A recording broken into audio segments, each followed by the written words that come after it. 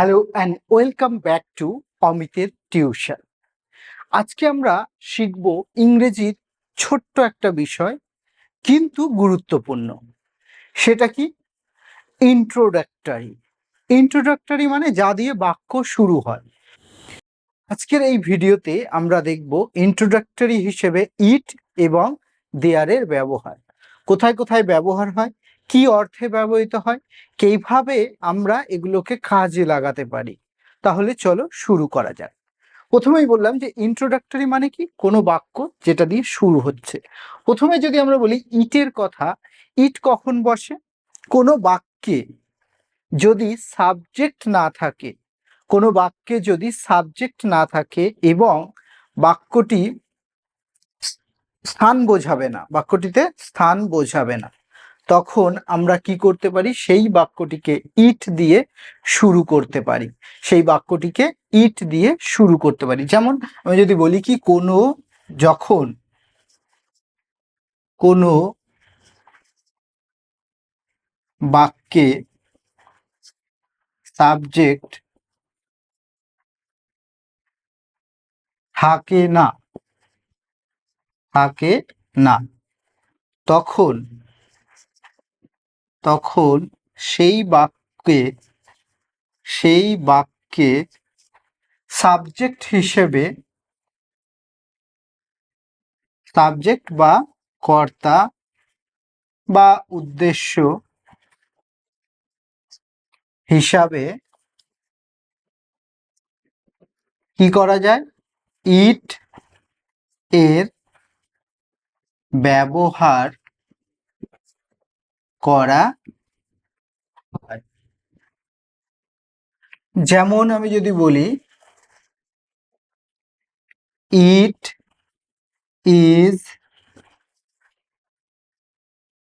Raining now, মানে এখন বৃষ্টি হচ্ছে। ইট ইজ রেইনিং নাও, এখন বৃষ্টি হচ্ছে। ইট ইজ 7 o'clock, এখন 7টা বাজে, এখন 7টা বাজে। এই ইটের দ্বারা কিন্তু কোনো বস্তু, কোনো ব্যক্তি এখানে বোঝাচ্ছে না।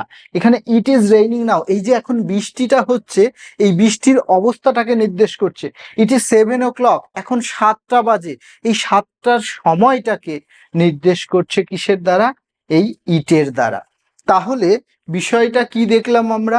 বিষয়টা হলো যে যখন কোনো বাক্যে সাবজেক্ট থাকে না, তখন কোনো বাক্যে যখন সাবজেক্ট থাকে না, তখন সেই বাক্যে সাবজেক্ট হিসেবে আমরা ইটের ব্যবহার করতে পারি। ইটকে কি করতে পারি? সেক্ষেত্রে আমরা ব্যবহার করতে পারি। তাহলে মনে রাখতে হবে, ইট কিন্তু কাউকে বা কোনো নির্দিষ্ট বস্তুকে নির্দেশ করে না। ইট কি করে না? কাউকে বা কোনো বস্তুকে নির্দেশ করে না। যেমন আমি আবার যদি বলি, এখানে লেখা যায় ইট is very cold today, today, আজ খুব ঠান্ডা পড়েছে।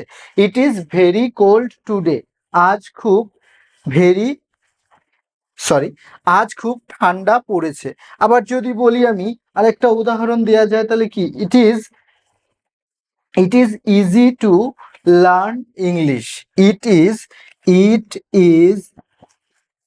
Easy to learn English. ইংরেজি শেখাটা খুবই কঠিন, যদিও এই সরি সরি সরি সরি কঠিন নয়, সোজা। ইংরেজি শেখাটা খুবই সোজা, কিন্তু আমরা সেটাকে কল্পনার জোরে, লোকের কথায় সেটাকে আমরা জটিল এবং কঠিন করে তুলি। তাহলে কি বলবো? যে ইট কখন বসবে? যখন কোনো বাক্যে সাবজেক্ট থাকবে না, তখন সেই বাক্যে সাবজেক্ট বা কর্তা হিসেবে ইট ব্যবহার করা। ইট সাধারণত আমাদের কি নির্দেশ করে? ইট সাধারণত নির্দেশ করে যে আবহাওয়া বা দূরত্ব বা মতামত প্রকাশের জন্য কিন্তু ব্যবহার করা হয়। তাহলে ইট ইজ রেইনিং নাও, এখন বৃষ্টি হচ্ছে, মানে এটা একটা আবহাওয়াটা বোঝাচ্ছে যে ইট ইন্ট্রোডাক্টরি এখানে। ইট ইজ 7 o'clock, এখন কটা বাজে? 7টা বাজে, তাহলে এই সময়টাকে নির্দেশ করছে। ইট ইজ ভেরি কোল্ড টুডে, আজ খুব শীত, এটাও আবহাওয়া নির্দেশ করছে। It is easy to learn English, একটা অবস্থান। এবার চলো তাহলে দেখে নেওয়া যাক দেয়ার। দেয়ার কি, এক্ষেত্রেও তাই, ইন্ট্রোডাক্টরি মানে সাবজেক্ট থাকবে না কোনো বাক্যে যদি সাবজেক্ট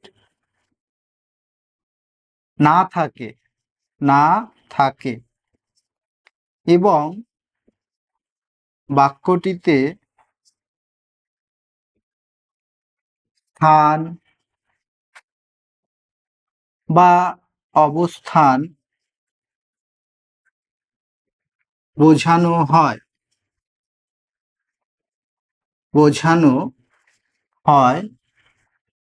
তাহলে তাহলে সেই বাক্যটিকে দেয়ার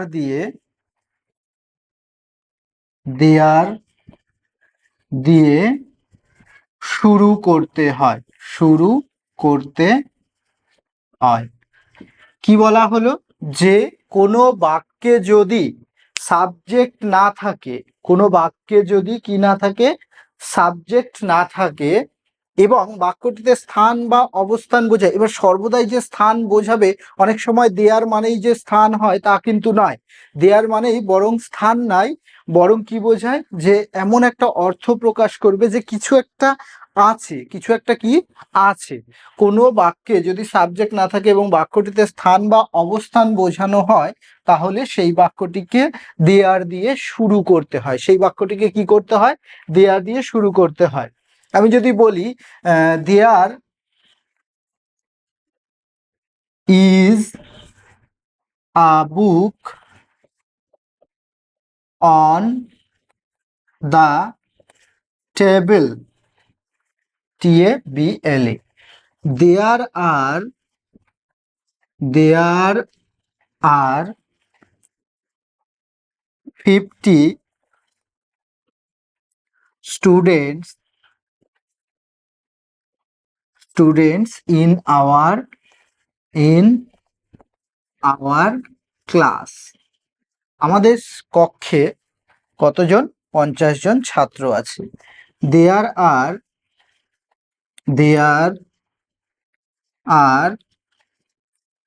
many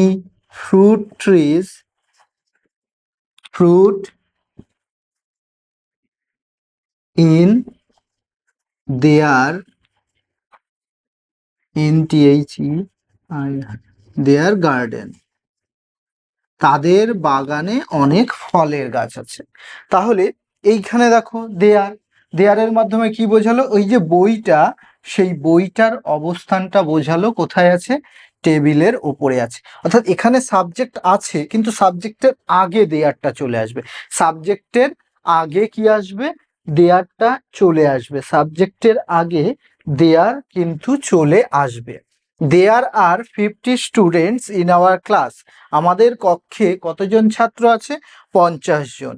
there are many fruit trees in their garden, তাদের বাগানে অনেক ফলের গাছ আছে।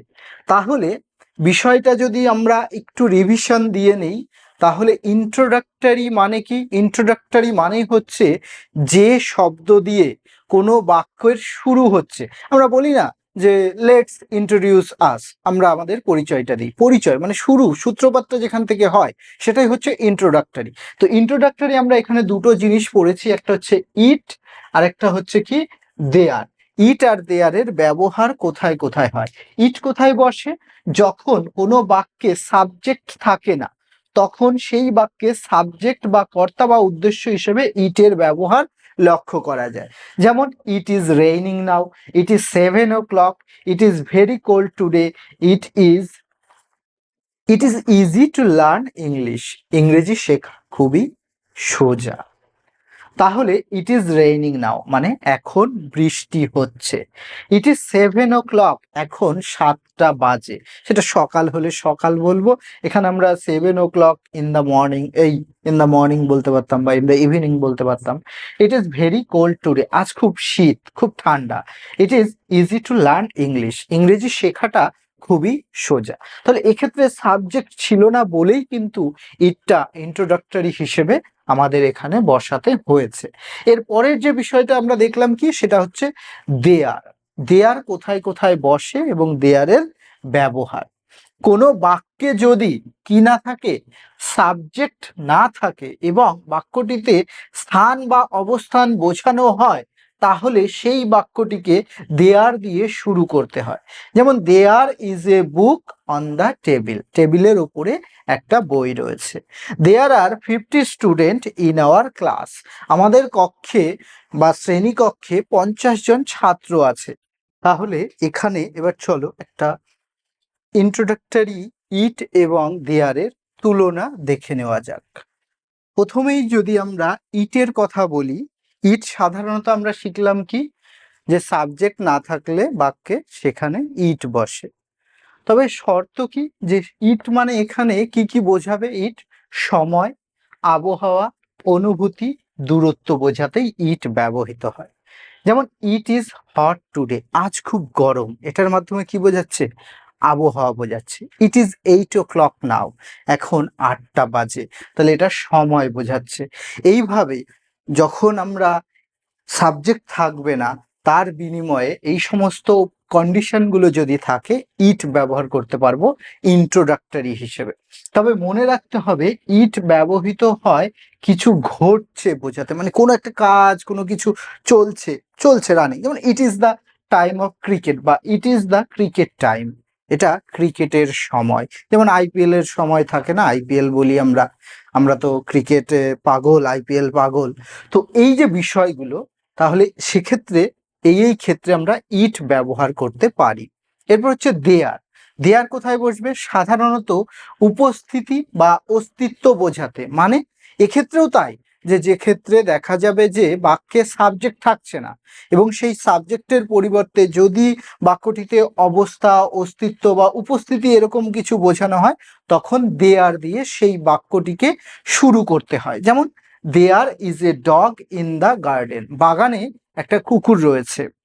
দেয়ার ব্যবহৃত হয় কিছু আছে বোঝাতে, মানে কিছু থাকা বোঝাতে। যেমন there is a pen in his pocket, তার পকেটে একটা কলম রয়েছে। তো এই যে বিষয়গুলো ইন্ট্রোডাক্টরি হিসেবে ইট এবং দেয়ার কোথায় কোথায় বসবে সেটা বোঝা গেল। তাহলে ইট বসবে কোথায়? যে ক্ষেত্রে সাবজেক্ট থাকবে না এবং যে ক্ষেত্রে আমার কি বোঝাবে? আবহাওয়া, সময়, অনুভূতি ইত্যাদি বোঝাবে, সেক্ষেত্রে ইট বসবে। দেয়ার কখন বসবে? যখন অবস্থা। এক্ষেত্রেও শর্ত একটাই, যে সাবজেক্ট থাকবে না এবং তার বিনিময়ে সাবজেক্ট হিসেবে সাবজেক্টের আগেই দেয়ারটা চলে আসবে এবং সাধারণত উপস্থিতি বা অস্তিত্ব বোঝাবে। তখন দেয়ার দিয়ে আমরা বাক্যগুলোকে শুরু করতে পারি। চলো তাহলে কি শিখলে আজকে তার একটা টেস্ট নিয়ে নেওয়া যাক। তোমরা আমার সঙ্গে সঙ্গে কমেন্টে উত্তর করবে। প্রথমটা কি আছে? Dash is a bird on the tree. Dash is a bird on the tree, কি হবে? Dash is very cold today. Dash will be a party tonight. Dash is 10 kilometer from hair.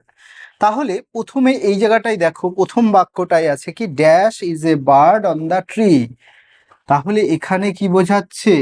অবস্থা, অবস্থান।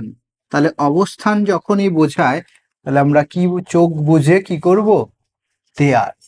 দেয়ার is a bird on the tree. Is very cold today, কি বোঝাচ্ছে? আবহাওয়া। আমরা কি শিখলাম? আবহাওয়া হলে কি হয়? It, it. তাহলে it is very cold today. Dash will be a party tonight, এখানেও অবস্থান বা অবস্থা। তাহলে কি হবে? There, there will be a party tonight. Dash is 10 kilometers from hair.